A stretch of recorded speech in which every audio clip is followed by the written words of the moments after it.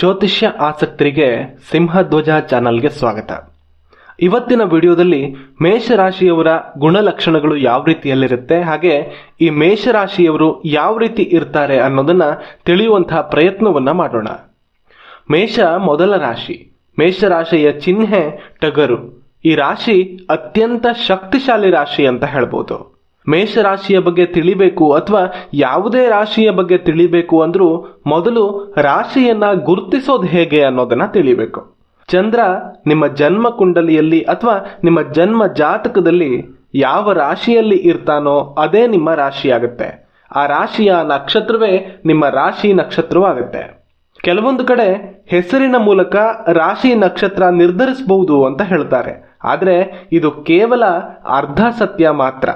ಯಾಕಂದ್ರೆ ನೀವು ಹುಟ್ಟಿದ ಸಮಯಕ್ಕೆ ನಿಮ್ಮ ತಂದೆ ತಾಯಿಯವರು ನಿಮ್ಮ ರಾಶಿ ಯಾವುದು ಅಥವಾ ನಿಮ್ಮ ನಕ್ಷತ್ರ ಯಾವುದು ಅನ್ನೋದನ್ನ ತಿಳಿದುಕೊಂಡು ನಿಮಗೆ ಆ ಹೆಸರನ್ನ ಇಟ್ಟಿದ್ರೆ ಮಾತ್ರ ಮುಂದೆ ನೀವು ನಿಮ್ಮ ಹೆಸರಿನ ಮೂಲಕ ನಿಮ್ಮ ರಾಶಿ ಯಾವುದು, ನಿಮ್ಮ ನಕ್ಷತ್ರ ಯಾವುದು ಅಂತ ತಿಳಿಬಹುದೇ ಹೊರತು ಸುಮ್ಮನೆ ಯಾವುದೋ ಒಂದು ಹೆಸರಿಟ್ಟಿದ್ರೆ ಆ ಹೆಸರಿನ ಮೂಲಕ ರಾಶಿ ನಕ್ಷತ್ರ ತಿಳಿಯೋದು ನಿಖರವಾದಂತಹ ಕ್ರಮ ಅಲ್ಲ, ಅದು ಸರಿ ಕೂಡ ಅಲ್ಲ.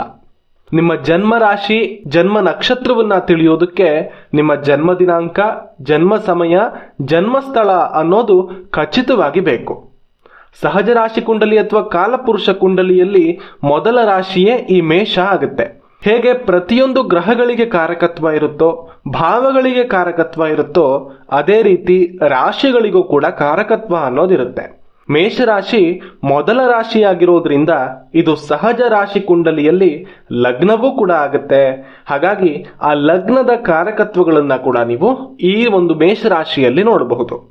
ಲಗ್ನದಿಂದ ವ್ಯಯಭಾವದವರೆಗೆ ಅಂದ್ರೆ 1ನೇ ಮನೆಯಿಂದ 12ನೇ ಮನೆಯವರೆಗೆ ಬರುವಂತಹ ಕಾರಕತ್ವಗಳೇನೇನು ಅನ್ನೋ ವಿಷಯವನ್ನ ಎಲ್ಲ ಮಾಹಿತಿಯನ್ನ ಒಳಗೊಂಡಿರುವಂತಹ ಪ್ಲೇ ಲಿಸ್ಟ್ ನ ಲಿಂಕ್ ಅನ್ನ ಡಿಸ್ಕ್ರಿಪ್ಷನ್ ನಲ್ಲಿ ಕೊಟ್ಟಿರ್ತೀನಿ. ಅಲ್ಲಿ ಆ ಎಲ್ಲಾ ಮಾಹಿತಿಗಳ ಇರೋವನ್ನ ವಿಡಿಯೋವನ್ನ ನೀವು ನೋಡಬಹುದು. ಅಲ್ಲಿ ಲಗ್ನದಿಂದ 12 ಭಾವದವರೆಗೆ ಯಾವ್ಯಾವ ರೀತಿಯ ಕಾರಕತ್ವಗಳು ಬರುತ್ತೆ ಅನ್ನೋ ಸಂಪೂರ್ಣ ಮಾಹಿತಿ ಇರುವಂತಹ 12 ವಿಡಿಯೋಗಳಿದಾವೆ. ಇನ್ನು ಮೇಷರಾಶಿಯ ಅಧಿಪತಿ ಕುಜ. ಈ ಮೇಷ ಲಗ್ನದಲ್ಲಿ ಅಥವಾ ರಾಶಿಯಲ್ಲಿ ಜನನವಾದ್ರೆ ಅಥವಾ ಮೇಷರಾಶಿಯಲ್ಲಿ ಸೂರ್ಯ ಇದ್ರೂ ಕೂಡ ನಿಮ್ಮ ಜಾತಕದಲ್ಲಿ ಈಗ ನಾನು ಹೇಳುವಂತಹ ಕೆಲವೊಂದು ಗುಣಗಳು ಆ ವ್ಯಕ್ತಿಯಲ್ಲಿ ಬರುತ್ತೆ ಅಥವಾ ಆ ಒಂದು ಮೇಷರಾಶಿಯವರಲ್ಲಿ ಈ ಒಂದು ಗುಣಗಳಿರುತ್ತೆ ಅನ್ನೋದನ್ನ ಅರ್ಥ ಮಾಡ್ಕೋಬಹುದು. ಆತುರ ಸ್ವಭಾವ, ಶೀಘ್ರ ಕೋಪ, ದರ್ಪ, ಚಂಚಲ ಬುದ್ಧಿ, ಸಂಘಟನಾ ಶಕ್ತಿ, ಮಧ್ಯಮ ಎತ್ತರವನ್ನ ಹೊಂದಿರ್ತಾರೆ. ಹೆಚ್ಚು ಎತ್ತರವಾಗೂ ಇರೋದಿಲ್ಲ, ಕುಳ್ಳಗೂ ಇರೋದಿಲ್ಲ, ಹೆಚ್ಚು ದಪ್ಪವಾಗಿಯೂ ಇರದೆ ಹೆಚ್ಚು ಸಣ್ಣಗೂ ಕೂಡ ಇರದೇ ಇರುವಂತಹ ಮಧ್ಯಮವಾದಂತಹ ಶರೀರವನ್ನ ಹೊಂದಿರ್ತಾರೆ. ಹಾಗೆ ಗಟ್ಟಿಮುಟ್ಟಾಗಿರುವಂತಹ ಶರೀರವನ್ನ ಕೂಡ ಹೊಂದಿರ್ತಾರೆ. ನೋಡೋದಕ್ಕೆ ಸ್ವಲ್ಪ ಒರಟಾಗಿ ಕಾಣಿಸ್ತಾರೆ. ಅಂದ್ರೆ ಅಷ್ಟು ಸೂಕ್ಷ್ಮವಾಗಿ, ಅಷ್ಟು ಮೃದುವಾದಂತಹ ಸ್ವಭಾವ ಇವರದ್ದಾಗಿರೋದಿಲ್ಲ.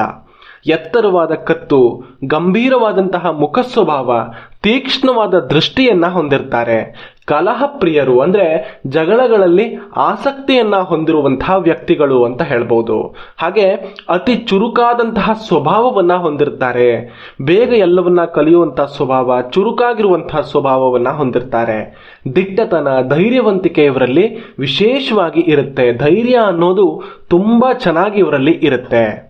ಹಾಗೆ ನಂಬಿಕಸ್ಥರು, ತುಂಬಾ ಹಾನೆಸ್ಟ್ ಪರ್ಸನ್ಸ್ ಅಂತ ಹೇಳ್ಬೋದು. ಇವರನ್ನ ಎಂಥ ಸಮಯದಲ್ಲೂ ಕೂಡ ನಂಬುವಂತಹ ಸಾಧ್ಯತೆ ಖಂಡಿತವಾಗ್ಲೂ ಇರುತ್ತೆ.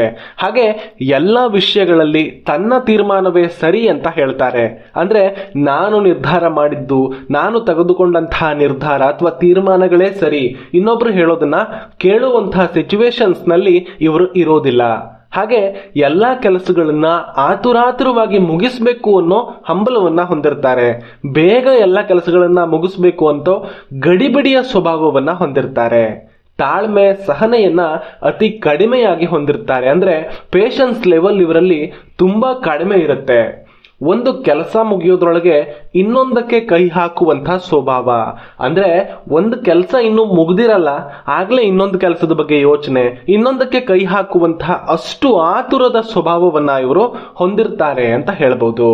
ಹಾಗೆ ಮುಂಗೋಪಿಗಳು ತುಂಬಾ ಬೇಗ ಸಿಟ್ಟು ಬರುವಂತದ್ದು, ಮೂಗಿನ ತುದಿಯಲ್ಲೇ ಕೋಪ ಇರುವಂತಹ ಸ್ವಭಾವ. ಹಾಗೆ ಶಾರೀರಿಕ ಕ್ರೀಡೆಗಳಲ್ಲಿ ಕ್ರಿಕೆಟ್ ಆಗಿರ್ಬೋದು, ಫುಟ್ಬಾಲ್ ಆಗಿರ್ಬೋದು, ದೇಹ ದಣಿಸುವಂತಹ ಕ್ರೀಡೆಗಳಲ್ಲಿ ಹೆಚ್ಚು ಆಸಕ್ತಿಯನ್ನ ಹೊಂದಿರ್ತಾರೆ. ವ್ಯಾಯಾಮಗಳಲ್ಲಿ ಆಸಕ್ತಿ ಹೊಂದಿರ್ತಾರೆ. ಜಿಮ್ ಆಗಿರಬಹುದು, ಇನ್ನೊಂದಾಗಿರಬಹುದು, ಆ ಒಂದು ಹೆಚ್ಚು ಒಂದು ಆಸಕ್ತಿಯನ್ನ ಹೊಂದಿರ್ತಾರೆ. ಎಲ್ಲ ವಿಷಯಗಳನ್ನ ಇಷ್ಟಪಡ್ತಾರೆ. ಸಾಹಸ ಪ್ರಿಯರು, ರಾತ್ರಿ ಸಂಚಾರವನ್ನ ಇಷ್ಟಪಡುವಂತಹವರು, ಚಂಚಲ ಮನಸ್ಸನ್ನ ಹೊಂದಿರುವಂತಹವರು ಆಗಿರ್ತಾರೆ. ಹಾಗೆ ಹಣ ಸಂಗ್ರಹ ಶಕ್ತಿ ಸ್ವಲ್ಪ ಕಡಿಮೆ ಇರುತ್ತೆ. ಹಣವನ್ನ ಸಂಪಾದನೆ ಮಾಡುವಂಥದ್ದು ಚೆನ್ನಾಗಿದ್ರೂ ಕೂಡ ಅದನ್ನ ಸಂಗ್ರಹ ಮಾಡುವಂಥದ್ದು, ಅದನ್ನ ಉಳಿಸಿಕೊಳ್ಳುವಂತಹ ಶಕ್ತಿ ಸ್ವಲ್ಪ ಕಡಿಮೆ ಇರುತ್ತೆ ಅಂತ ಹೇಳ್ಬೋದು.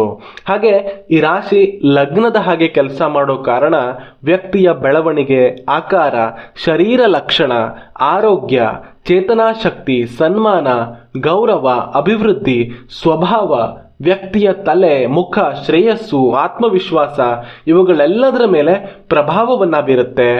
ಹಾಗೆ ಈ ರಾಶಿಯಲ್ಲಿರುವಂತಹ ಗ್ರಹಗಳು ಕೂಡ ವ್ಯಕ್ತಿಯ ಸ್ವಭಾವವನ್ನ ನಿರ್ಧರಿಸುವಲ್ಲಿ ಪ್ರಮುಖ ಪಾತ್ರವನ್ನ ವಹಿಸುತ್ತೆ. ಅಂದ್ರೆ ಇದರ ಅರ್ಥ ಮೇಷರಾಶಿಯಲ್ಲಿರುವಂತಹ ಗ್ರಹಗಳು ಕೂಡ ಆ ವ್ಯಕ್ತಿಯ ಸ್ವಭಾವವನ್ನ ನಿರ್ಧರಿಸುವಲ್ಲಿ ಪ್ರಮುಖ ಪಾತ್ರವನ್ನ ವಹಿಸುತ್ತೆ ಅಂತ ಹೇಳ್ಬೋದು. ನಾವು ಹೇಗೆ ಲಗ್ನವನ್ನ ನೋಡ್ತೀವೋ, ಯಾವ ರೀತಿಯಾಗಿ ನಾವು ಲಗ್ನವನ್ನ ನೋಡ್ತೀವೋ ಅದೇ ರೀತಿ ಮೇಷರಾಶಿಯನ್ನ ಮತ್ತೆ ಮೇಷರಾಶಿಯಲ್ಲಿರುವಂತಹ ಗ್ರಹವನ್ನ ಕೂಡ ನೋಡಬೇಕು. ಆಗ ಇನ್ನಷ್ಟು ಕರಾರುವಕ್ಕಾಗಿ ವ್ಯಕ್ತಿಯ ಸ್ವಭಾವವನ್ನ ತಿಳಿಯೋದಕ್ಕೆ ಸಾಧ್ಯ ಆಗುತ್ತೆ. ಇನ್ನು ಮೇಷರಾಶಿಯಲ್ಲಿ ಬರುವಂತಹ ನಕ್ಷತ್ರಗಳು ಅಶ್ವಿನಿ ಪೂರ್ತಿ ನಕ್ಷತ್ರ ಬರುತ್ತೆ. ಅಶ್ವಿನಿ ನಕ್ಷತ್ರದ 4 ಪಾದಗಳು ಮೇಷರಾಶಿಯಲ್ಲಿ ಬರುತ್ತೆ.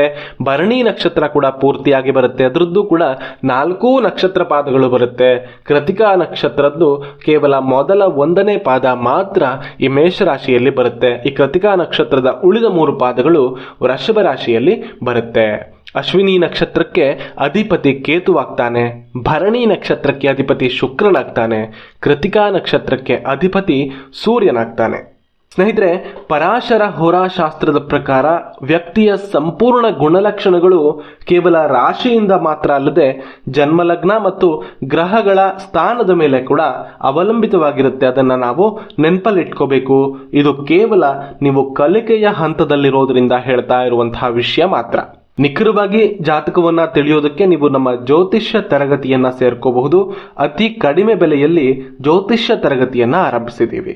ಕೇವಲ 3,000 ರೂಪಾಯಿಗಳು ಮಾತ್ರ ಜ್ಯೋತಿಷ್ಯದ 50 ತಾಸುಗಳನ್ನ 50 ತಾಸಿನ ತರಗತಿಗಳನ್ನ ನಿಮಗೆ ತಲುಪಿಸ್ತೀವಿ.